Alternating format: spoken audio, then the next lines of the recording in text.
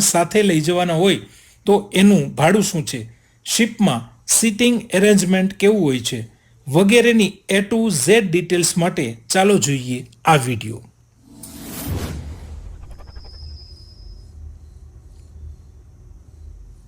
તો હવે આપણે અહીંયા શિપ પાસે પહોંચી ગયા છીએ. સૌથી પહેલા અહીંયા ગાડી પાર્ક થાય છે. તમે બાઇક, કાર, રિક્ષા કે વાહન સાથે લઈને જતા હોય અહીંયા પાર્ક કરી અને પછી અંદર જવાનું હોય છે. જે વગર વાહને મુસાફરી કરે છે એમના માટે ST બસ દ્વારા વ્યવસ્થા છે. એનો સમય તમે અહીંયા જોઈ શકો છો. વાહન સાથે લઈ જવા માટે એનું ભાડું કંઈક આ પ્રમાણે છે. કારના 1200 રૂપિયા, બાઇકના 200 રૂપિયા, ટેમ્પો 3000 રૂપિયા, ઓટો રિક્ષા 500 અને ખાલી બસના 5500 રૂપિયા છે. આ વોયેજ એક્સપ્રેસનું ભાડું છે. જે બીજી ટ્રીપ છે એમાં કારના 1000 રૂપિયા છે અને બાઇકના 100 રૂપિયા છે. વોયેજ સિમ્ફોની. પાર્કિંગ કર્યા પછી અહીંયાથી જ આપણે ઉપર જવાનું હોય છે. મિત્રો, આ ભારતની પ્રથમ અને સૌથી મોટી સૌર ઉર્જાથી ચાલતી રોરો ફેરી છે, જે મુસાફરોને વધુ સુવિધા આપે છે અને સુરતથી સૌરાષ્ટ્ર વચ્ચે કાર્ગો પરિવહન કરે છે. આ રોરો ફેરી 500 પેસેન્જરની ક્ષમતા ધરાવે છે. સાથે સાથે 50 કાર, 50 ટ્રક ને 100 જેટલી બાઇક પણ આમાં લઈ જઈ શકાય છે. હવે સેકન્ડ ફ્લોર ઉપર આપણે આવી ગયા છીએ કે જ્યાં બેઠક વ્યવસ્થા છે. અંદર પ્રવેશતાની સાથે જ આ પ્રમાણેનું કંઈક લુક તમને જોવા મળશે. સૌથી પહેલા બાળકો માટે મનોરંજન એરિયા છે, જ્યાં મુસાફરીના 4 કલાક દરમિયાન બાળકો પોતાની મનપસંદ ગેમ રમી શકે છે. પણ દરેક ગેમનો ચાર્જ અલગ અલગ છે, એ ખાસ જોવું.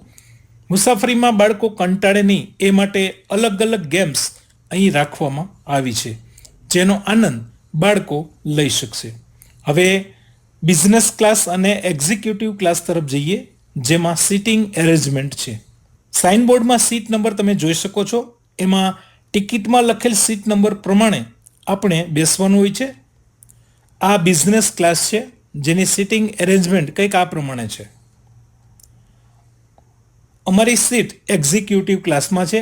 આ એક્ઝિક્યુટિવ ક્લાસ છે, જેમાં આગળ ટીવી સ્ક્રીન પણ હોય છે, જેના દ્વારા આપણો સમય આસાનીથી આપણે પસાર કરી શકીએ છીએ.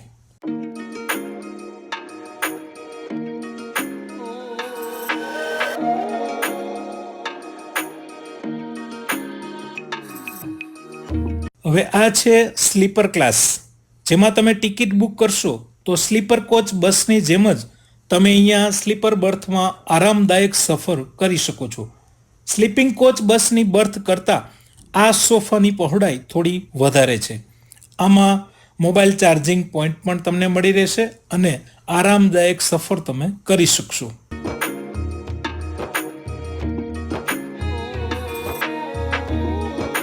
મુસાફરી દરમિયાન તમે નાસ્તો કરવા માંગતા હોય તો અહીંયા એના માટે કાફે એક્સપ્રેસ છે, જેમાં તમે તમારો મનપસંદ નાસ્તો કરી શકો છો.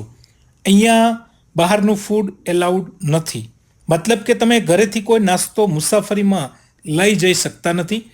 અહીંયા સેલ્ફ સર્વિસ છે, એટલે ઓર્ડર લખાવ્યા પછી આપણો ઓર્ડર નંબર એનાઉન્સ થાય પછી આપણે આપણો ઓર્ડર કરેલ નાસ્તો લેવા જવાનો હોય છે. નાસ્તો કરતાં કરતાં પણ તમે દરિયાનો નજારો બારીએથી જોઈ શકો છો.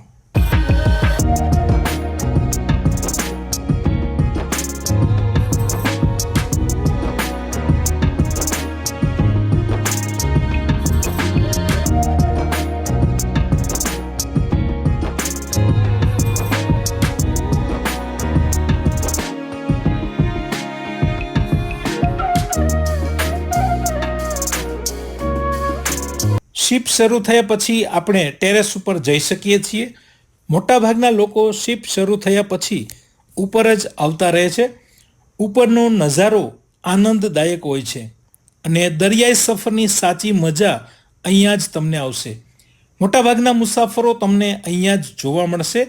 અહીંયા તમે બેસીને દરિયાઈ સફરનો આનંદ લઈ શકો છો. એ માટે બેઠક વ્યવસ્થા પણ એ પ્રમાણે કરેલી છે. તમે અહીંયા ફોટોગ્રાફી કરી શકો છો, સેલ્ફી લઈ શકો છો, વિડીયો શૂટ કરી શકો છો. વિડીયોગ્રાફી કે ફોટોગ્રાફીની કોઈ મનાઈ નથી. મોટાભાગના લોકો તમને અહીંયા ફોટોગ્રાફી કરતા જ જોવા મળશે. સુરતથી ભાવનગર અને ભાવનગરથી સુરત બંને જગ્યાએથી દિવસમાં 2 વખત આ શિપ ઉપડે છે, જેનો સમય પણ અલગ અલગ છે અને બંનેની ટિકિટના ભાવ પણ અલગ અલગ છે, જેની વિગતવાર માહિતી આ વિડીયોમાં આગળ આપેલી છે, જોતા રહેજો. સુરતથી 2 વખત આ શિપ ઉપડે છે, એક સવારે 9 વાગ્યે અને બીજી બપોરે 4 વાગ્યે. આવી જ રીતે જો તમે ભાવનગરથી સુરત આવવા માંગતા હોય તો ત્યાંથી પણ 2 વખત આ શિપ ઉપડશે, જેનો સમય છે એક સવારે 8 વાગ્યે અને બીજી સાંજે 5 વાગ્યે. જો તમે આમાં મુસાફરી કરવા માંગતા હોય તો આ માટે તમારે ઓનલાઈન ટિકિટ બુક કરવી પડશે. ઓનલાઈન ટિકિટ બુક કેવી રીતે કરવી અને કઈ વેબસાઇટ